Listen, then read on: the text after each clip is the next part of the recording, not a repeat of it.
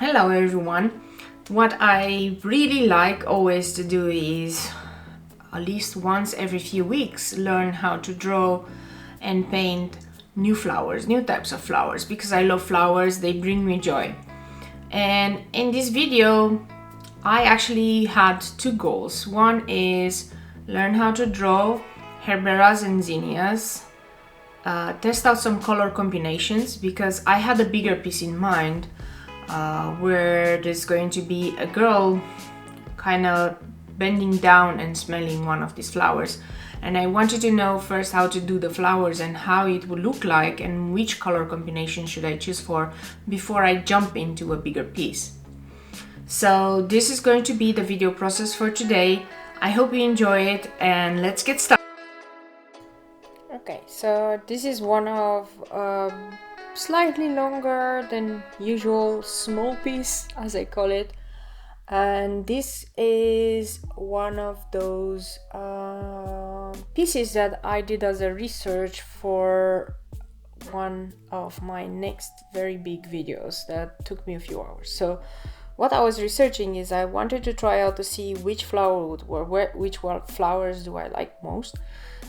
Is it the zinnias or the gerberas? The gerberas are the one with the spiky leaves, and the zinnias are the one that are going downstream. So what I wanted to try out is to see how hard would it be to paint them. I also really needed to use I think #1 paintbrush for these ones, and I wanted to see what color combinations does it work. So I started with color combinations as just yellows and oranges, and I think the orange is just a kind of Indian yellow or something like that. It's not really an orange, but and a transparent orange and transparent yellow. They're both schminke colors, they're very transparent, and this is what I was trying to do.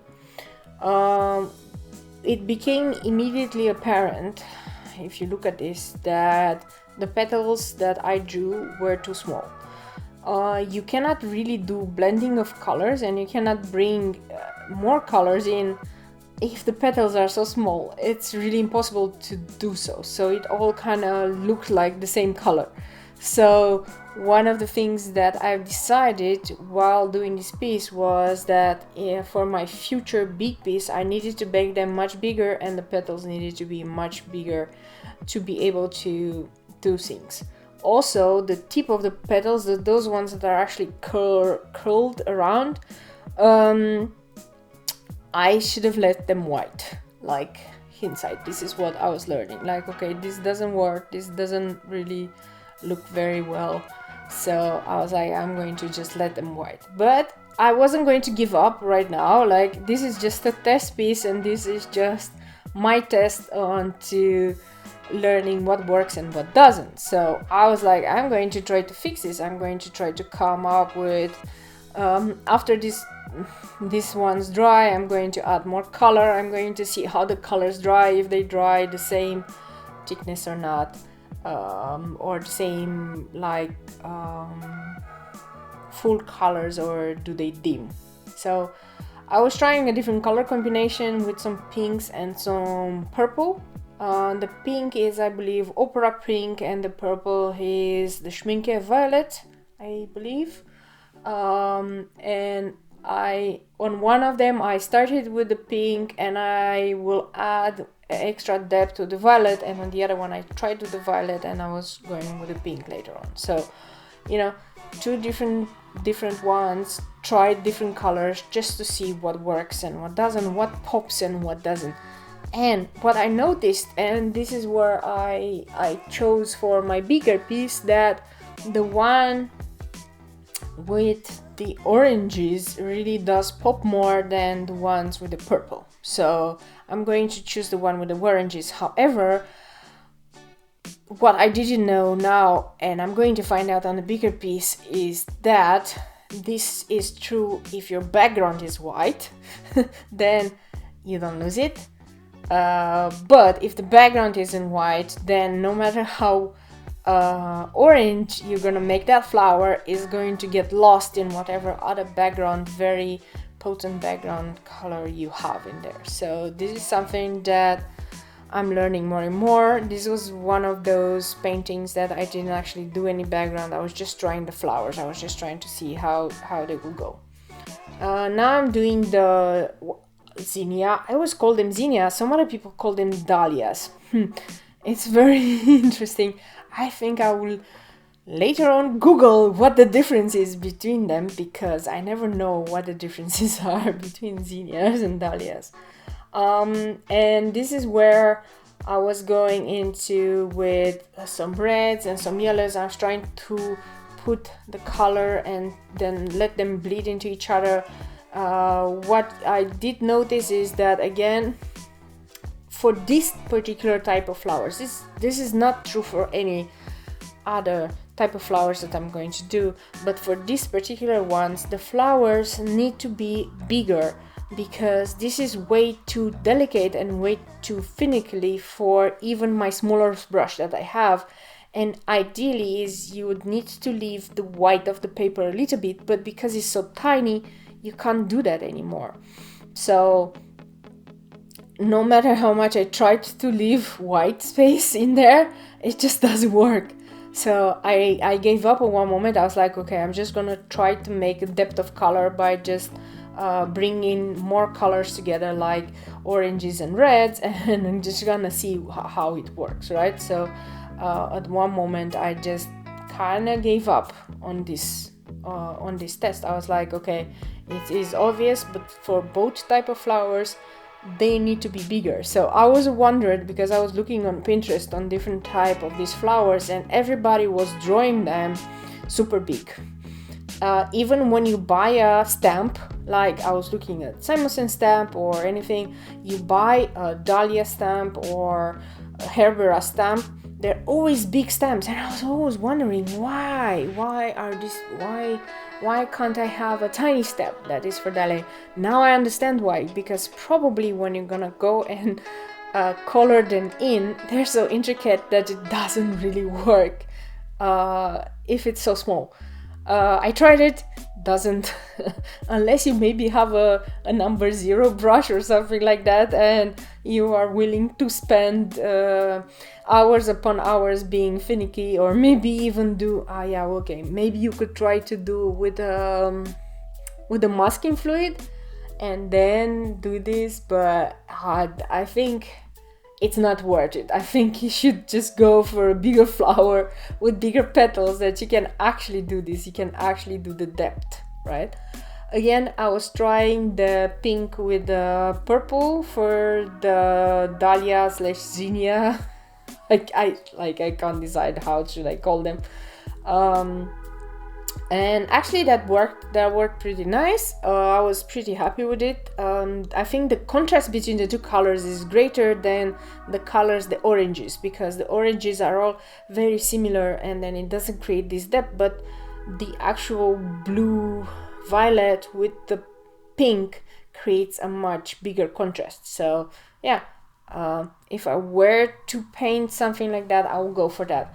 But don't remember that if you do have a bigger flower like this, if you have a stamp or anything, or if you draw it and you draw it bigger, don't forget to leave a small white border around each petal, like at the end of each petal, because that will make it really pop and will make it kind of 3D, right? I was thinking I'm going to try to fix it by using a white gel pen at the end, yeah, and I was just going to try to fix it. So now I'm making a different green. I'm mixing a little bit of gray with my green just to make it more olive green. I wanted a muted green for this, so I just brought in a little bit of gray, and that one was the Davis gray. So I'm filling in the flowers. These leaves are actually really bad leaves. I was testing different type of leaves, so every flower has a different type of leaf. I wasn't sure which one I should go with because I wasn't really liking any of the leaf shape.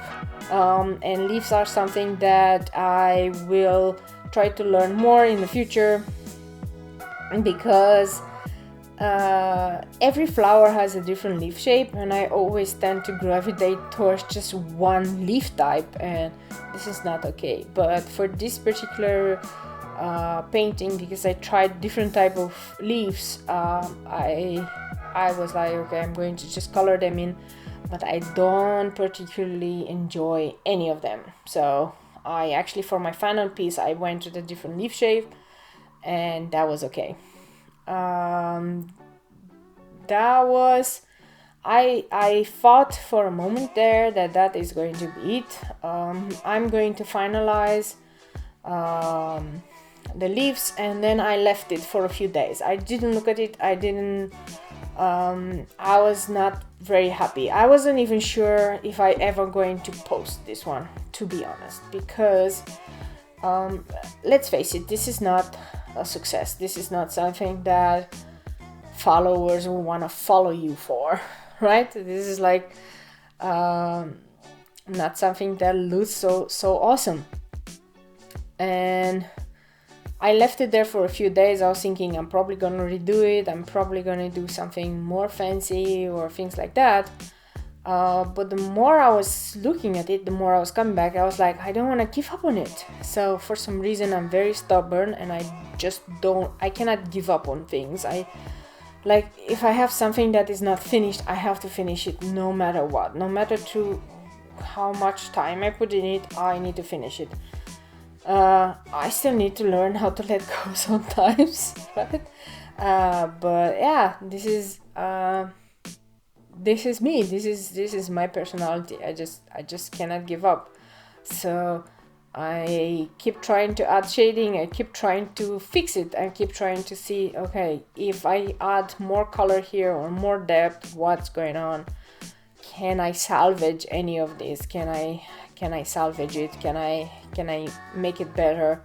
And at the end of the video, I'm even starting to add color pencil. So I was trying to add more depth with color pencil on top of watercolor. Again, I encountered kind of the same problem as before, is that these petals and these leaves are really tiny, and you cannot really do anything.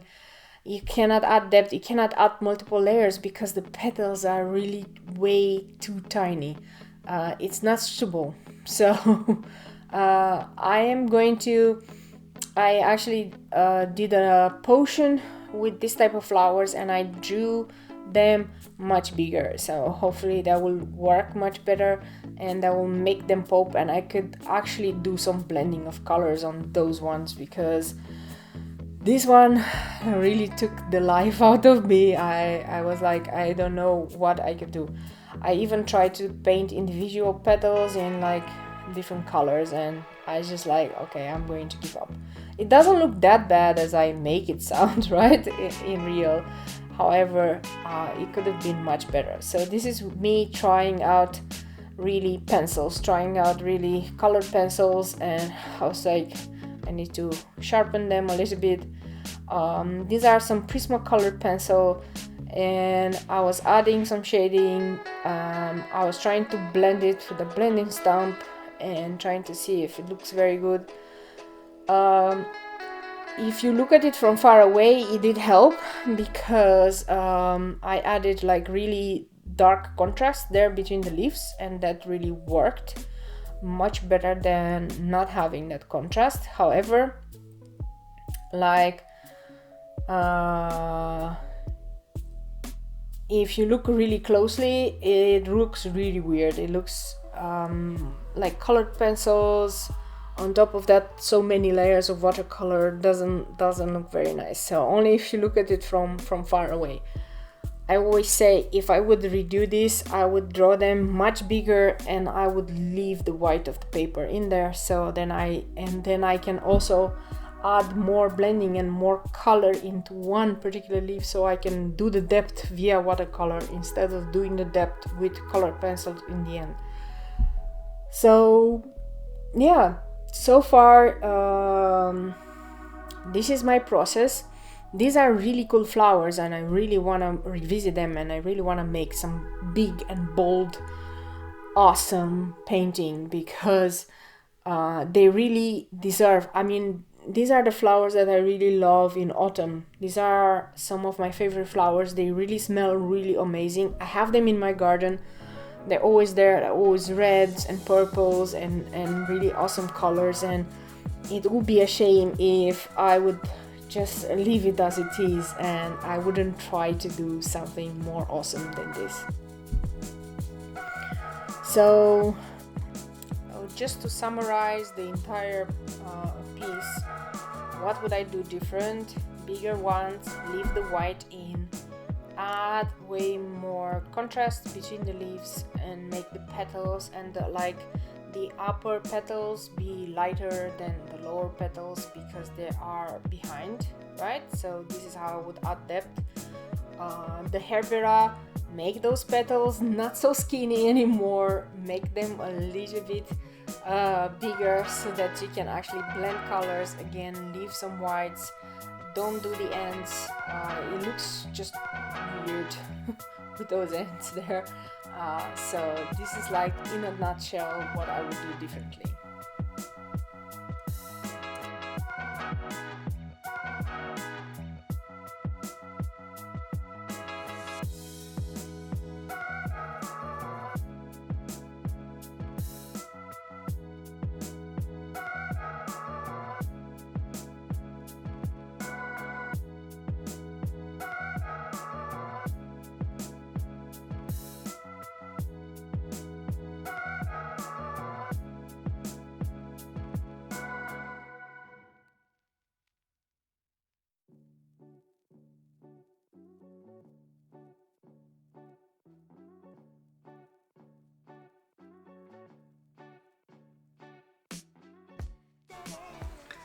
Thank you so much for staying until the end. If you liked this video, please don't forget to like it, comment and subscribe. This will help me a lot to know whether you want me to continue doing this kind of content in the future. For those of you who want to now continue on the journey on my channel, here are some videos that you can watch, and they are in the same trend as this one. Shorter. And thank you so much again for watching. I hope to see you next time, and goodbye.